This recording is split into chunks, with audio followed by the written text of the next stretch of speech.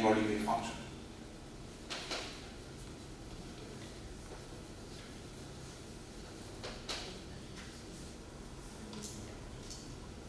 What time is it? 15 minutes.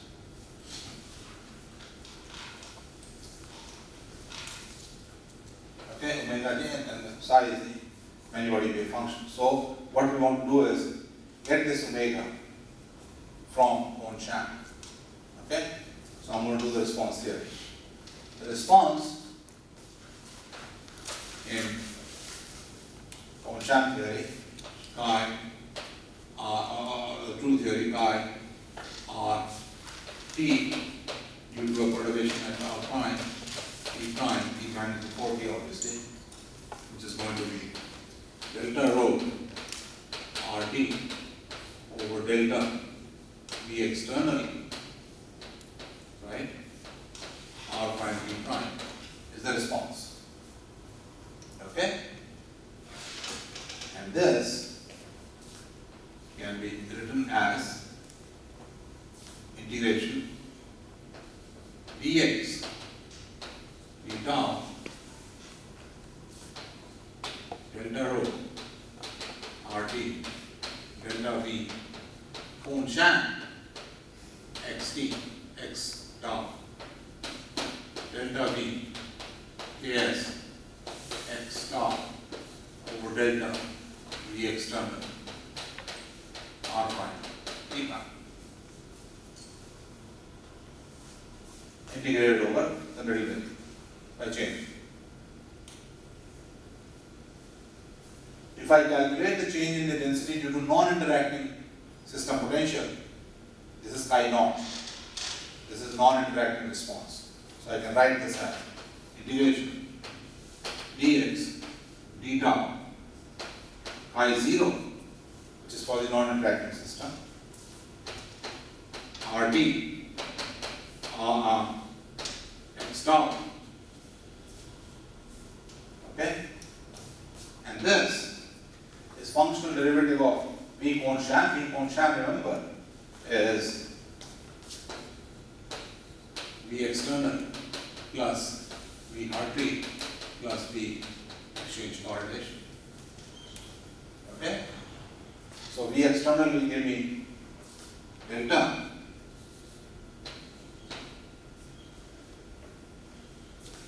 tau minus T prime over mod x minus, oh no, this is going to give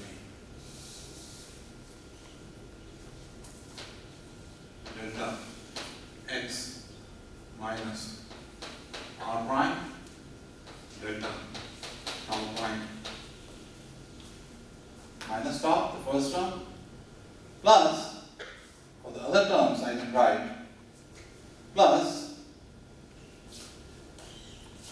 RT term is going to change, right, because of the density. So I can write that as delta V RT over at xt, this is at xt, right, delta rho at x prime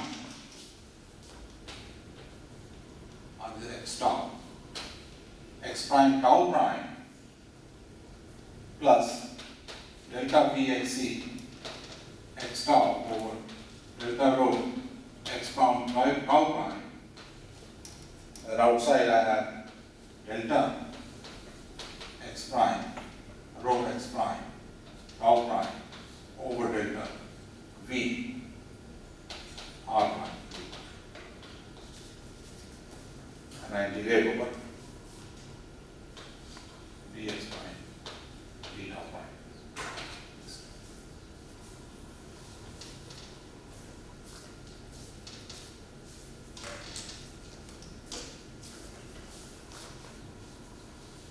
Keep manipulating.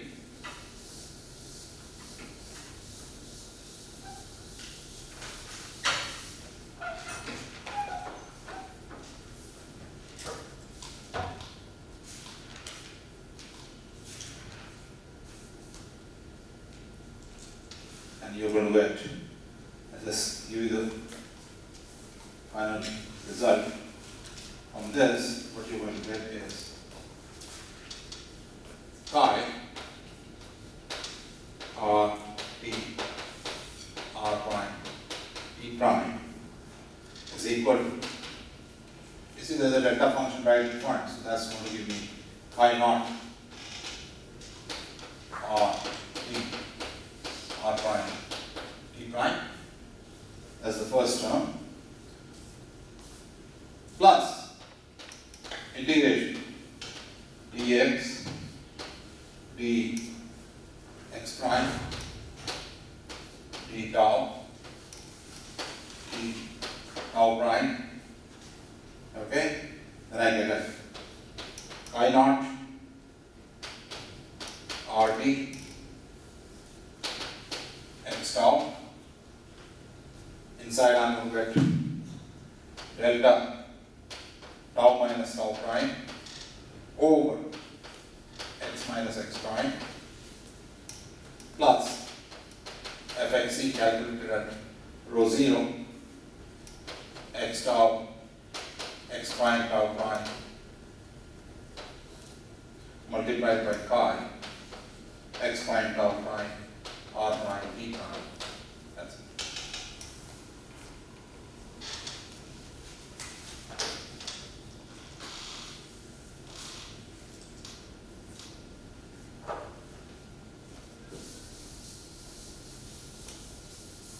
Now I can fully transform it and go to omega space, because finally I'm interested in getting omega. I can write this as chi r prime omega equals chi naught r prime omega plus integration dx integration dx prime, all time variables will go away, chi naught r x omega. Inside I'm going to get 1 over x minus x prime plus the kernel fx, which is the second derivative of the first derivative of vx with respect to the density, x prime omega multiplied by chi x prime r prime. Wait. It's a full linear response in terms of omega. Alright? Now I'm going to multiply this whole thing by integration. V external 1 r prime omega and integrate over omega, or integrate over r prime. And what this gives me on the left hand side is going to give me rho 1 r omega is equal to integration chi naught r prime omega, right? V1 r prime omega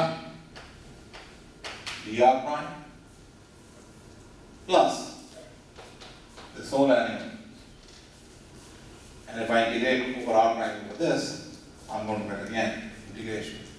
This is these integrations.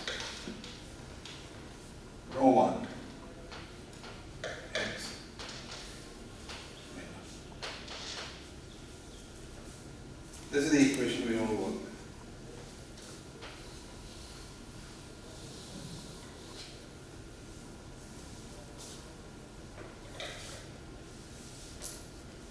Now, the idea that is going to be used, because rho 1 is finally the polarizability, and therefore alpha omega, right? And by the way, I should write chi naught. What is chi naught? Chi 0 r prime omega is nothing but summation ij, and you're exciting from I to j, ni minus nj, ni and nj are the occupation. phi I star r phi I j star r prime r phi I r prime phi j r prime phi j over omega minus omega ij. Omega ij is the frequency, constant frequency. So omega ij is epsilon. I is the occupied, j is the occupied.